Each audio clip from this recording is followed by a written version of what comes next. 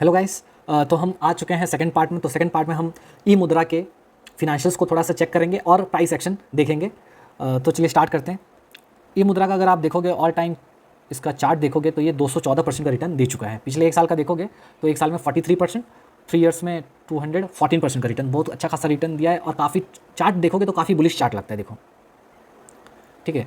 एक बार इनका रेवेन्यू एक बार देख लो। चलो रेवेन्यू देखते हैं। हाँ ये भी देख लो, देखियो मार्केट कैप सिर्फ 7,000 करोड़ का है, सिर्फ 7,000 करोड़ भाई, सिर्फ 7,000 करोड़, यानी स्मॉल कैप कंपनी है। बहुत ही छोटी सी मार्केट कैप है, मतलब छोटा सा मार्केट कैप है। अगर बिजनेस अच्छा खासा बढ़ गया फ्यूचर में तो पैसा अच्छा बन सकता है, ये तो पता है।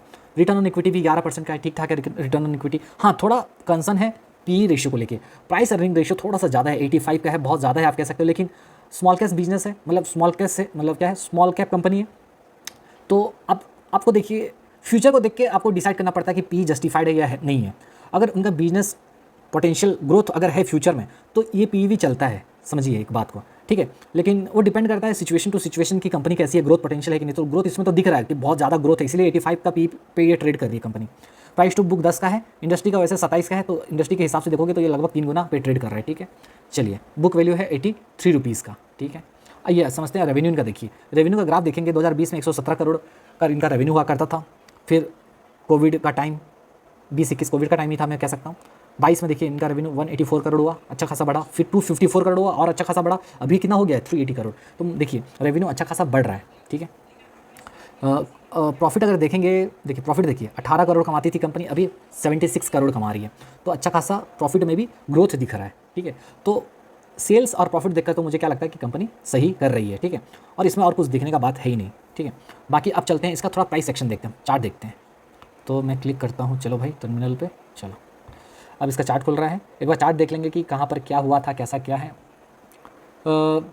वैसे ज़्यादा दिन लिस्ट हुआ नहीं है कंपनी का, तो इसीलिए थोड़ा वीकली में चलते हैं। हाँ देखिए अगर आप देखेंगे, चलिए मैं स्टार्टिंग से बताता हूँ।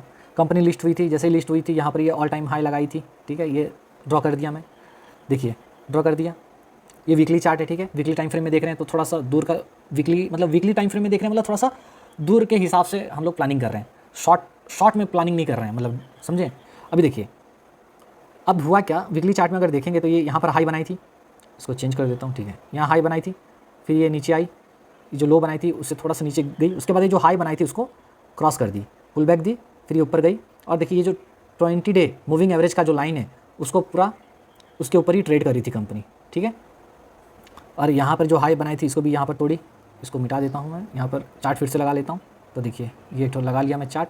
अभी क्या हाल है, यहाँ फिर एक तो चार्ट बनेगा, देखिए ये है।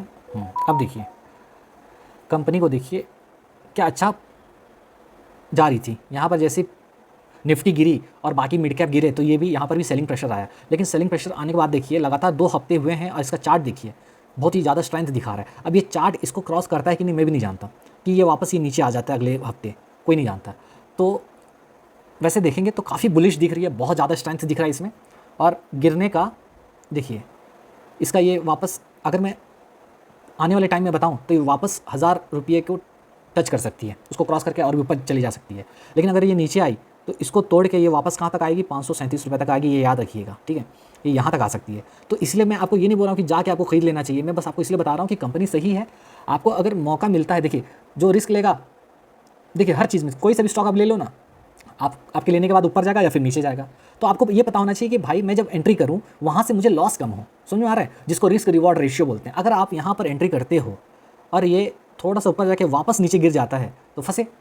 लेकिन देखिए रिस्क लेना पड़ता है, बोल नहीं सकते, लेकिन आपको ये पता होना चाहिए कि कहाँ पर क्या। अगर ये वापस यहाँ तक आ जाता है कल को गिर के तो ये अच्छा एक रहेगा, लेकिन बोल नहीं सकते यहाँ आएगा कि नहीं, कि ये वापस ऊपर जाके चला जाएगा। कि अभी मार्केट है नेगेटिव लेकिन ये जा रहा है उल्टा, समझ रहे हैं। तो मार्केट निफ्टी गिर रही है लेकिन ये बढ़ रहा है, तो ये समझ में आना चाहिए आपको। तो काफ़ी स्ट्रॉन्ग दिख रही है। और देखिए ये एग्जैक्टली जो 100 डे मूविंग एवरेज है मेरे ख्याल से, वहीं पर ये सपोर्ट लेके ऊपर गई, समझ में आ रहा है। तो देखिए कितना ये जो लाइन जो है इसका लाइन का बहुत ज़्यादा वैल्यू होता है, ठीक है, समझे। अभी डेली में अगर देखोगे तो देखिए डेली में क्या पता चल रहा है। हाँ डेली में अगर आप देखेंगे तो यहाँ पर गिरा स्टॉक, ठीक है, यहाँ पर एक्यूमुलेट किया गया, बहुत लोग यहाँ पर खरीदे अब इसको ऊपर भगा रहे हैं। लेकिन एक चीज़ देखिए, नोटिस कीजिए, यहाँ पर डेली टाइम फ्रेम में एक कैंडल भी रेड नहीं बना, एक कैंडल भी नहीं बना।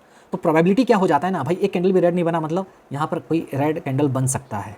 ऊपर से यहाँ से देखिए जो गिरा था गैप डाउन हुआ था, तो इसका गैप को भी ये फील कर दिया। अब यहाँ पर हो सकता है एक तो सेलिंग आए, अभी वापस सेलिंग आके नीचे आएगा कि इसको क्रॉस करके या पुल बैक लेके ऊपर जाएगा, कोई बोल नहीं सकता। लेकिन बहुत ही ज़्यादा स्ट्रॉन्ग दिख रही है, बिजनेस मॉडल बहुत ही गजब का है। और देखना अब ये देखना पड़ेगा कि फ्यूचर में कैसा करती है कंपनी। वैसे ईमोरा अच्छा कंपनी तो लग रही है। बाकी आप अपना फिनेंशियल एडवाइज़र को ज़रूर पूछें इन्वेस्ट करने से पहले, ठीक है। ऐसा बस आपको प्राइस देकर जंप नहीं कर देना चाहिए। लेकिन कंपनी अच्छी तो लग रही है, लेकिन बोल नहीं सकते भाई। स्टॉक मार्केट में देखिए किसी चीज़ का गारंटी नहीं है, कोई भी चीज़ का गारंटी नहीं है। आप जो भी कर रहे हो आप अपने रिस्क पे कर रहे हो, ये बात को हमेशा याद रखिएगा, ठीक है ना। तुम मेरे वजह से पैसा कमाओगे, आप अपने डिसीजन की वजह से पैसा कमाओगे, ये याद रखिएगा, ठीक है।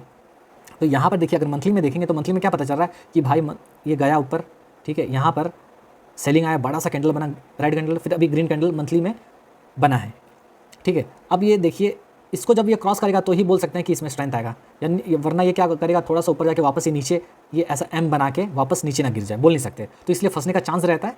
तो इसलिए आपको देखिए जहाँ रिस्क रिवॉर्ड सही मिले आप वहाँ पर एंट्री कीजिएगा। वैसे कंपनी बहुत अच्छी है, अभी नई लिस्ट हुई है तो, और स्मॉल कैप भी है तो अच्छा ग्रोथ पोटेंशियल तो दिखता है, लेकिन वहीं पर रिस्क भी रहता है।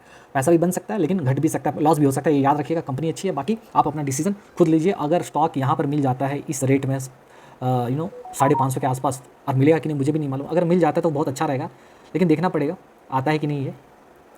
तो यही था भाई, और क्या मैं बोलूँ।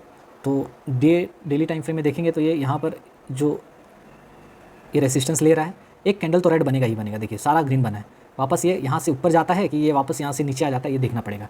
तो कंपनी अच्छी है और मार्केट के अपोजिट काम कर रही है, गिर के ऊपर जा रही है जबकि मार्केट नीचे जा रही है। तो ये याद रखिएगा, थोड़ा सा फंसिएगा नहीं। आई होप ये वीडियो आपको अच्छा लगा होगा। मिलेंगे नेक्स्ट वीडियो में, तब तक के लिए बाय, टेक केयर। और वीडियो को लाइक कीजिए, चैनल को सब्सक्राइब कीजिए, ठीक है। बहुत लोग देखते हैं सब्सक्राइब नहीं करते भाई, आप लोग सपोर्ट करोगे तो ही तो मैं कुछ बना पाऊंगा ना, ठीक है। चलिए मिलते हैं नेक्स्ट वीडियो में, बाय।